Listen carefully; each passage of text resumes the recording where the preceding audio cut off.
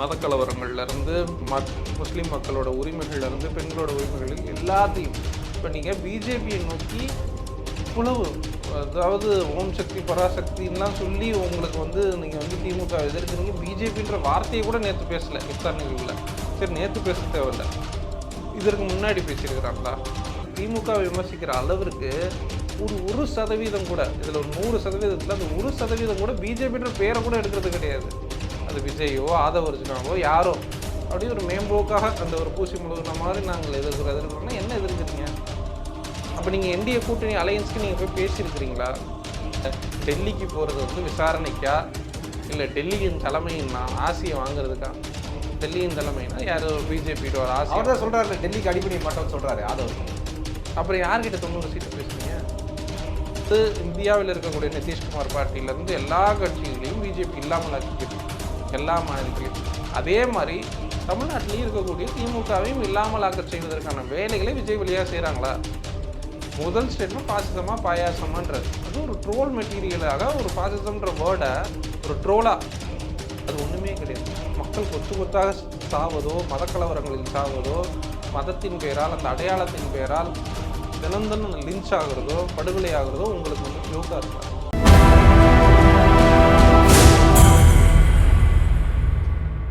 நேயர்களுக்கு வணக்கம். என்று நம்மோடு நேர்காணல் பேசுவதற்காக எஸ்டிபி கட்சியினுடைய தோழர் திருமிகு அஸ்வத் ஷரியத் அவர்கள் நம்ம வந்திருக்கிறார். வாருங்கள், அவரோடு பேசலாம். வணக்கம் தோழர். தமிழக வெற்றி கழகத்தினுடைய தலைவர் விஜய் அவர்கள் இஃப்தார் நோன்பு திறப்பு நிகழ்ச்சியில் மாமல்லபுரத்தில் கலந்துட்டு வந்திருக்கிறாரு. இந்த விஜய் அவர்கள் செய்யக்கூடிய இந்த விஷயங்கள் எல்லாம் பார்க்கும் பொழுது இஸ்லாமியர்களுடைய வாக்குகள் தாவேக்கா பக்கம் செல்லுமா அப்படிங்கிற ஒரு பார்வை இருக்குது. எப்படி பார்க்குறீங்க? இல்லை, முதல்ல நம்ம வந்து தமிழ்நாட்டில் இஃப்தார் நிகழ்ச்சி அப்படின்னா என்ன அப்படின்னு புரிஞ்சுக்கலாம்.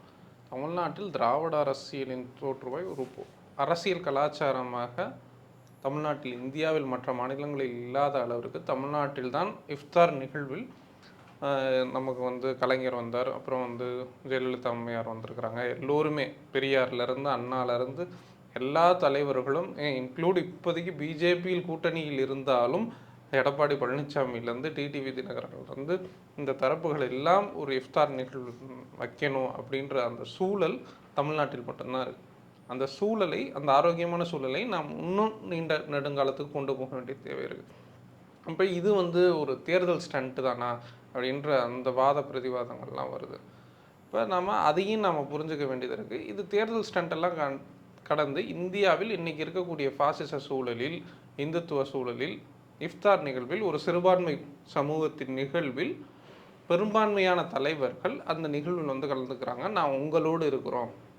இப்போ நம்ம நாட்டின் தலைவர்கள், வெவ்வேறு பிரதமர்கள் ஏதோ ஒரு நாட்டுக்கு வெளியே போகிறாங்கன்னா இங்கே இருக்கக்கூடிய பழங்குடி மக்களோடதோ இல்லை அந்த நாட்டின் கலாச்சாரத்தையோ அதோட அட்ரஸ் பண்ணுற மாதிரியான ஒரு விஷயங்களை செய்வாங்க. இன்க்ளூட் மோடி வரைக்கும் வெளிநாட்டுக்கு போனார்னா ஏதோ ஒரு பழங்குடி மக்களோ இல்லை அந்த நாட்டின் மங்கோலியா போனார்னா மங்கோலியன் ட்ரெஸ்ஸஸை போடுறதா இருக்கலாம்.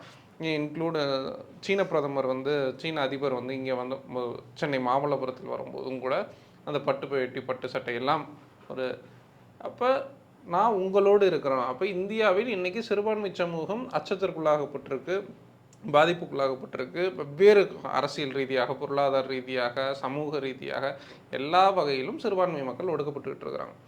அந்த சூழலில் இஃப்தார் நிகழ்வில் கலந்து கொள்வது என்பது மிக முக்கியமான ஒரு அரசியல் செயல்பாடு இன்னைக்கு. ஏன்னா பிஜேபி ஒட்டுமொத்தமாக முஸ்லீம்களை இந்த நாட்டில் இருக்கக்கூடாதுன்னு சொல்லக்கூடிய ஒரு பிரச்சாரத்தை முன்னெடுக்கிறாங்க. பிஜேபி, சங் பரிவார் தரப்புகள் எல்லாம் ஒவ்வொரு நிகழ்வில் பிரியாணி போட்டால் பிரியாணி ஜிகாத்து, டான்ஸ் ஜிகாத்து, வெள்ளை ஜிகாத்து, எல்லாத்திற்கும் ஒரு மதச்சாயம் பூசி எல்லாத்தின் மீதும் முஸ்லீம்கள் மீது ஒரு வெறுப்பை வந்து உமிழ்ந்துக்கிட்டு இருக்கிறாங்க. அந்த சூழலில் விஜய் இஃப்தார் நிகழ்வு கடந்த வருடமும் ஒய்எம்சி கிரவுண்டில் கலந்துக்கிட்டார், இந்த வருஷமும் கலந்துக்கிட்டார். அது வரைக்கும் சந்தோஷம். விஜய் இஃப்தார் நிகழ்வு கலந்து கொள்ளக்கூடாதுலாம் சொல்லு. அப்போ அந்த இடத்துல வந்து மதச்சார்பற்ற சமூக நீதி விழுமியங்களை நாங்கள் இது பண்ணுவோம் அப்படின்ற வரைக்கும் அது சரி. ஆனால் அவர் பிஜேபி எதிர்க்கிறாரா அப்படின்னு கேட்டால், பிஜேபி திருப்பரங்குன்ற இஷ்யூவில் இருந்து நம்ம எல்லா இஷ்யூஸ்லையும் நம்ம பார்க்குறோம். பாஜகவும் திமுகவும் அரசியல் பண்ணுது அப்படின்னு சொல்லி அதில் எஸ்கேப் ஆகிறாரு. ஆமாம், பிஜேபியும் திமுகவையும் சமப்படுத்துவது என்பதே முதல்ல வந்து அரசியல் அபத்தம். கொள்கை எதிரி பிஜேபி, அரசியல் எதிரி வந்து இவங்க அப்படின்றாங்க. தீய சக்தி திமுக. இந்தியாவின் ஒரே தீய சக்தி பிஜேபி மட்டும்தான். மிச்சம் எல்லாம் அரசியல் முரண்கள் தான். காங்கிரஸாக இருக்கலாம், திமுகவாக இருக்கலாம், வேறு வெவ்வேறு கட்சிகளாக இருக்கலாம். இவர்கள் எல்லாம் செக்யூலர் பார்ட்டிஸ் தான். இன்க்ளூட் ஏடிஎம்கே வரைக்கும் சொல்கிறேன். ஏடிஎம்கே வரைக்குமே கூட ஒரு அரசியல் எதிரியாக நாங்கள் கருதலாமே தவிர, தேர்தல் நிலைப்பாடுகளை அவர்களை விமர்சிக்கலாமே தவிர, தீய சக்தி என்பது பிஜேபி மட்டும்தான். அப்போ இந்தியாவில் இருக்கக்கூடிய முஸ்லீம் மக்களை கருவோடு இங்கே அழித்தொழிக்கணும்னு பேசிக்கிட்டு இருக்காங்க. பிஜேபி மினிஸ்டர்ஸ்லேருந்து, பிஜேபி எம்பிஸ்லேருந்து, வெவ்வேறு மாநிலங்களில் நம்ம பார்த்துக்கிட்டு இருக்கிறோம். மதக்கலவரங்கள்லேருந்து, முஸ்லீம் மக்களோட உரிமைகள்லேருந்து, பெண்களோட உரிமைகளில் எல்லாத்தையும். இப்போ நீங்கள் பிஜேபியை நோக்கி இவ்வளவு, அதாவது ஓம் சக்தி பராசக்தின்லாம் சொல்லி உங்களுக்கு நீங்கள் திமுக எதிர்க்கிறீங்க. பிஜேபின்ற வார்த்தையை கூட நேற்று பேசலை இஃப்தார் நிகழ்வில். சரி, நேற்று பேச தேவையில்லை, இதற்கு முன்னாடி பேசியிருக்கிறாங்களா? பிஜேபின்ற வார்த்தையே, பிஜேபியை கடுமையாக திமுகவை எதிர்க்கிற அளவுக்கு, திமுக ஒரு அரசியல் ரீதியாக நீங்கள் ஒரு கட்சியின் தலைவர்னா முரண்டு இருக்கலாம். அது ஒரு செக்யூலர் பார்ட்டி தான். திமுக ஒரு மதச்சார்பற்ற கட்சி தான். இப்போ திமுகவின் மீது மாற்று கருத்துக்களை வைக்கலாம், எல்லாம் வைக்கலாம். திமுக இன்னைக்குமே மதக்கலவரங்களை தூண்டலை, மத வெறுப்பு பேச்சுக்களை பேசலை, சாதி வெறுப்பு பேச்சுக்களை பேசலை. திமுகவின் தலைவர்களோ திமுகவின் தலைவரோ இதுவரைக்கும் தமிழ்நாட்டில் உள்ள 75 வருஷம் திமுகவின் வரலாறுல எடுத்து பார்த்தா கூட அப்படி எதுவுமே நிகழ்ந்ததில்லை. திமுக எங்கேயும் அதை செஞ்சது கிடையாது. வேணா அதை செய்யாமல் இருந்திருக்கு, இதை செய்யலாம் இப்படின்ற அரசியல் கோரிக்கைகளை நம்ம வைக்கலாம், அதில் முன்பின் விவாதங்கள் இருக்கலாமே தவிர, தீய சக்தி என்பது பிஜேபி தான். அப்போ பிஜேபி நீங்கள் எதிர்க்காம இஃப்தார் நிகழ்வில் கலந்துக்கிறதுன்றது என்ன? அவரே சொல்றாரு, என்னமோ பிஜேபியினுடைய பி டீம் அப்படி சி டீம் அப்படிலாம் சொல்லுவாங்க, அதெல்லாம் நம்பாதீங்க, நம்மளை பற்றின ரூமர்ஸ்லாம் கிளம்புது அப்படின்லாம் சொல்றாரு. இல்லை, ரூமர்ஸ்லாம் வருது இல்லை. அந்த ரூமர்ஸ்க்கு நீங்கள் எதிர்த்து உங்கள் கட்சியின் தரப்பு என்ன பேசுகிறாங்க? பேசணும். உங்கள் கட்சி ரூமர்ஸ் வருதுன்னு சொல்கிறாரு, அவரே சொல்கிறார். ரூமர்ஸ் இருக்குது, நாங்கள் பிஜேபியோட கூட்டணி வச்சுருவோம், பிஜேபிக்கு எதிராக பேசணும். அவங்க பேசுறது இல்லை, பேசுறது கிடையாது. என்டிஏ அலையன்ஸ்குள்ள நீங்கள் போயிட்டீங்க அப்படின்லாம் ரூமர்ஸ், அது ரூமராகவே இருக்கட்டும், நல்லது தான். தமிழ்நாட்டிற்கு அது ரூமராகவே இருப்பது நல்லது தான். விஜய் அந்த பக்கம் போகாமல் இருப்பதும் நல்லது தான். ஆனால் அதுக்கு எதிராக அவர் பேசலை. அப்போ சந்தேகத்தை நமக்கு மேலும் கூட்டுது. பிஜேபி நீங்கள் நேரடியாக பிஜேபியின் பேரை சொல்லியோ, இல்லை மோடியின் பேரை சொல்லியோ, அமித்ஷாவின் பேரை சொல்லியோ இது வரைக்கும் பேசல. தமிழ்நாட்டின் ஆளுங்கட்சியான திமுக திருப்பரங்குன்ற இஷ்யூவில் பேசினாங்க. பேசவே இல்லைன்னா சொல்ல முடியாது. அதற்காக நடவடிக்கை எடுக்கவே இல்லைன்னா சொல்லிட முடியாது. முன்பின் அரசியல் முரண்கள் இருக்கலாம், அது வேற. ஆனால் நடவடிக்கை எடுக்கப்பட்டுச்சு. பிஜேபிக்கு எதிராக பேசுகிறாங்களா? பேசிக்கிட்டு தான் இருக்கிறாங்க. அதை இன்னும் தீவிரமாக பேசலாம், இல்லை இன்னும் கூடுதல் டோஸோட பேசலான்றதெல்லாம் வேற. நீங்கள் ஒன்றுமே பேசுறது கிடையாது. பிஜேபின்ற ஒரு வார்த்தை வர்றது கிடையாது, அமித்ஷான்ற ஒரு வார்த்தை வர்றது கிடையாது. நீங்கள் டெல்லிக்கு போயிட்டு விசாரணைக்கு போகிறீங்க, விசாரணைக்கு போயிட்டு வெளியே காரில் டாட்டா காமிச்சிட்டு இருக்கிறீங்க. நீங்கள் எந்த கேஸுக்கு விசாரணைக்கு போனீங்க? டெல்லிக்கு. கரூரில் 40 பேருக்கு மேலே கொல்லப்பட்டிருக்கிறாங்க, படுகொலையாக இருக்கிறாங்க, கூட்டு நெரிசல், நூற்றுக்கணக்கான பேர் அடிபட்டிருக்கிறாங்க, எல்லாம் நடந்திருக்கு. அந்த கேஸுக்கு விசாரணைக்கு போகிறீங்க. விசாரணைக்கு போயிட்டு நீங்கள் எப்படி வரீங்க? சரி, அதுக்கப்புறம் அதை பற்றி ஏதாவது பேசுகிறாங்களா? அந்த கரூர் சம்பவம் குறித்தாச்சும் ஏதாவது பேசுகிறாங்களா? பிஜேபியை குறித்து பேசுவதில்லை. ஏன்னா இதை பேசினால் பிஜேபி ஏதாவது பண்ணிடுவாங்களான்ற அச்சமா? இப்போ இந்த ஊகங்களுக்கெல்லாம் இல்லை. அவங்க என்ன சொல்லுவாங்கன்னா, மாநில அரசை ஃபர்ஸ்ட் எல்லா விதத்திலையும் விமர்சனம் பண்ணிட்டு அப்புறமா அவங்க ஒன்றிய அரசு எதிர்ப்பாங்களாம். ஃபர்ஸ்ட் மாநில அரசு எதிர்த்து அவங்க சண்டை போட்டு சிஎம் ஆயிடுவாங்களாம், அதுக்கப்புறம் ஒன்றிய அரசு எடுத்து சண்டை போட்டுருவாங்க. இல்லை, இன்னைக்கு மாநில உரிமைகள் எல்லாம் பறிப்பது யாரு? பிஜேபி. மாநிலத்தில் ஆளுநர்களை நியமித்து ஆளுநர் வழியாக குடைச்சல் கொடுக்கறது யாரு? பிஜேபி. மாநிலத்தில் இருக்கக்கூடிய திட்டங்களை தடுப்பது யாரு? பிஜேபி. ஸ்டேட் கவர்மெண்ட்டை நீங்கள் விமர்சிங்க, நான் வேண்டாம்லாம் சொல்லல. ஸ்டேட் கவர்மெண்ட்டை அதாவது திமுக விமர்சிக்கிற அளவிற்கு ஒரு 1% கூட, இதில் ஒரு 100%, அது 1% கூட பிஜேபின்ற பேரை கூட எடுக்கிறது கிடையாது. அது விஜயோ ஆதவர்ஜுனாவோ யாரோ அப்படியே ஒரு மேம்போக்காக அந்த ஒரு பூசி முழுகின மாதிரி நாங்கள் எதிர்க்கிறோன்னா என்ன எதிர்க்கிறீங்க?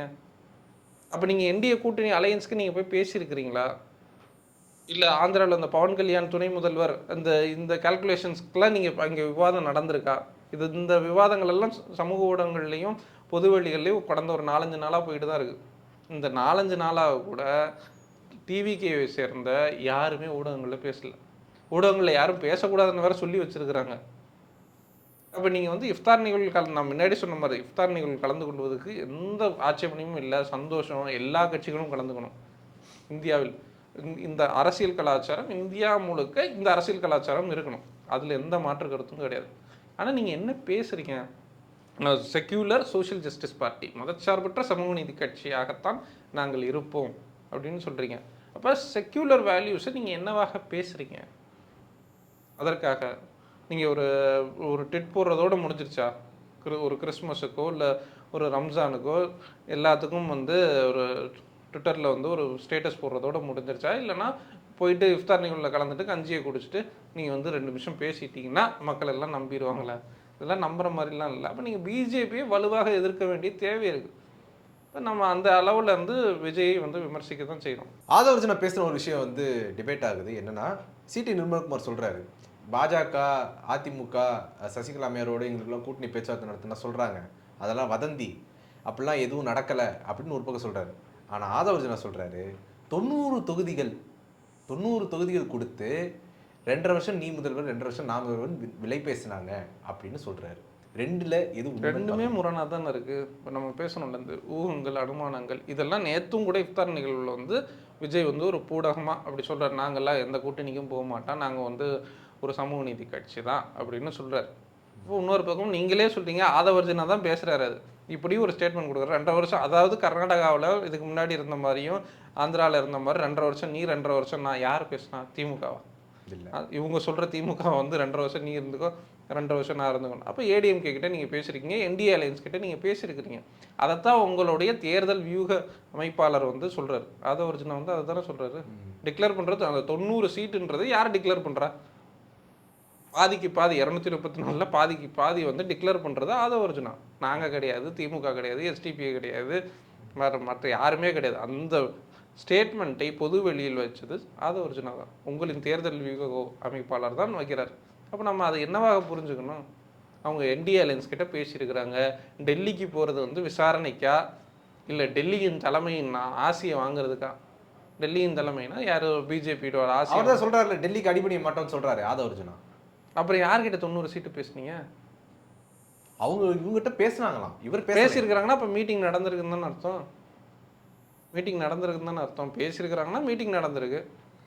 அப்போ நீங்கள் வேறு கேல்குலேஷன்ஸில் தமிழ்நாட்டின் அரசியலை சீர்குலைப்பதற்கோ, தமிழ்நாட்டின் நலன்களை ஒட்டுமொத்தமாக இல்லாமலாக்கல் செய்வதற்கோ நீங்கள் பிஜேபியோட ஒரு சமரசமாக பேசுகிறீங்களா? அதனால தான் பிஜேபி நீங்கள் வெளிப்படையாக நீங்கள் திமுகவை எதிர்த்துங்க, அதில் ஒரு பிரச்சனையும் இல்லை. திமுகவை எதிர்த்து எல்லா இயக்கங்களும் தான் இருக்கிறாங்க, அதெல்லாம் பிரச்சனை இல்லை.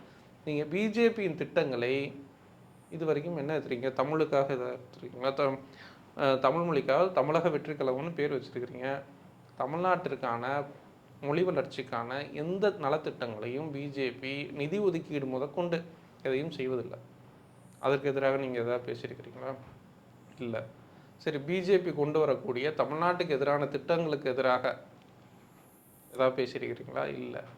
இப்போ கடந்த கட்சி தொடங்கி 2 வருஷம் ஆச்சு. இது வரைக்கும் அவர் பிஜேபி, நம்ம அப்படியே எல்லா வீடியோ ரெக்கார்ட்ஸையும் எடுத்து பார்த்தா பிஜேபி, அமித்ஷா, இல்லைன்னா மோடி, இல்லை பிஜேபியோட ஸ்கீம்ஸு, இது எல்லாத்தையும் எதிர்த்ததாக டிவிகேவோட டேட்டாஸ் எவ்வளோ? ஒரு 1 மணி நேரம் டேட்டா கூட இருக்குது. அதில் மற்ற எல்லா நேரமும் திமுக திமுக திமுக திமுகவை நீங்கள் எதிர்த்துங்க, அதுக்கு தான் கட்சி தொடங்கி இருக்கிறீங்க, அதெல்லாம் இல்லைன்னு சொல்லலை. ஆனால் நீங்கள் பிஜேபி எதிர்க்கணும்ல. அப்போ உங்களுடைய நோக்கத்தில் சந்தேகமாக இருக்குது. ஒன்றிய அரசு செய்யக்கூடிய விஷயங்கள்லாம் அவங்க விமர்சிக்கணும். இப்போ தமிழர்களுக்கு கூட வேலை இல்லை, தமிழர்களுக்கு வேலை இல்லை, தமிழ்நாட்டில் படித்தவர்களுக்கு வேலை இல்லை, தமிழ்நாட்டு இளைஞர் ரயில்வே துறையில் வந்து ஹிந்தி பேசுகிறவங்களுக்கு தான் வேலையை கொடுத்து வச்சிருக்காங்க. அதெல்லாம் கேள்வியே கேட்கறது இல்லை. தமிழக வெற்றி கழகம்னு பேர் வச்சிருக்கீங்க. தமிழ்நாட்டில் இருக்கக்கூடிய சென்ட்ரல் கவர்மெண்ட் ஜாப்ஸில் எல்லாத்துலேயும் குறைஞ்சபட்சம் பறக்கும் ட்ரெயின், அந்த சென்னை ட்ரெயினில் எந்த இடத்துலையும் தமிழ் தெரிந்த ஆட்கள் இல்லை. குறைஞ்சபட்சம் நம்ம ஒரு போய் டிக்கெட் வாங்குறேன், எனக்கு இங்கேருந்து அந்த ஸ்டேஷன் போகணும்ப்பா, சென்ட் தாமஸ் மவுண்ட்டு போகணும், இல்லை பீச் ஸ்டேஷன் போகணும் அப்படின்னு கேட்டால் இங்கே ஹிந்திக்காரங்க தான் இருக்கிறாங்க. கே பாத் ஹே. அப்போ நீங்கள் வந்து நம்ம வந்து அவங்கள நம்ம எல்லாம் வெறுக்கலாம் இல்லை, வட இந்தியர்களில் நம்ம இருக்கலை, சென்ட்ரல் கவர்மெண்ட்னா எல்லாருமே. இதே மாதிரியான இந்த சூழலை தமிழர்களும் மற்ற ஸ்டேட்ஸில் போய் வேலை பார்க்க முடியுமா? சென்ட்ரல் கவர்மெண்ட் தானே, எல்லோருக்குமான டெமோக்ரஸி தானே. அப்போ உள்ள நம்ம ஊருக்காரங்களுக்கு அங்கே வேலை கொடுக்கணும்னு அவசியம் இல்லை. இங்கே நம்ம ஊரில் அங்கேயும் கிடையாது, இங்கேயும் கிடையாது. நிலைமை வந்து நீங்கள் அவங்களோட சென்ட்ரல் கவர்மெண்ட் பிளானிங்கிற அடிப்படையில் இந்தியாவில் நாம் எல்லாம் இந்தியர்கள், நமக்கு இந்தியாவில் எந்த மாநிலத்திலும் வேலை இருக்கலாம். அப்படி அந்த அடிப்படையில் பார்த்தா கூட வேலை இல்லை தமிழர்களுக்கு, தமிழ்நாட்டை சேர்ந்தவர்களுக்கு அந்த அடிப்படையிலையும் வேலை இல்லை. சரி, தமிழ்நாட்டுக்குள்ளேயாச்சும் வேலை இருக்குதான்னா அந்த அடிப்படையிலையும் வேலை இல்லை.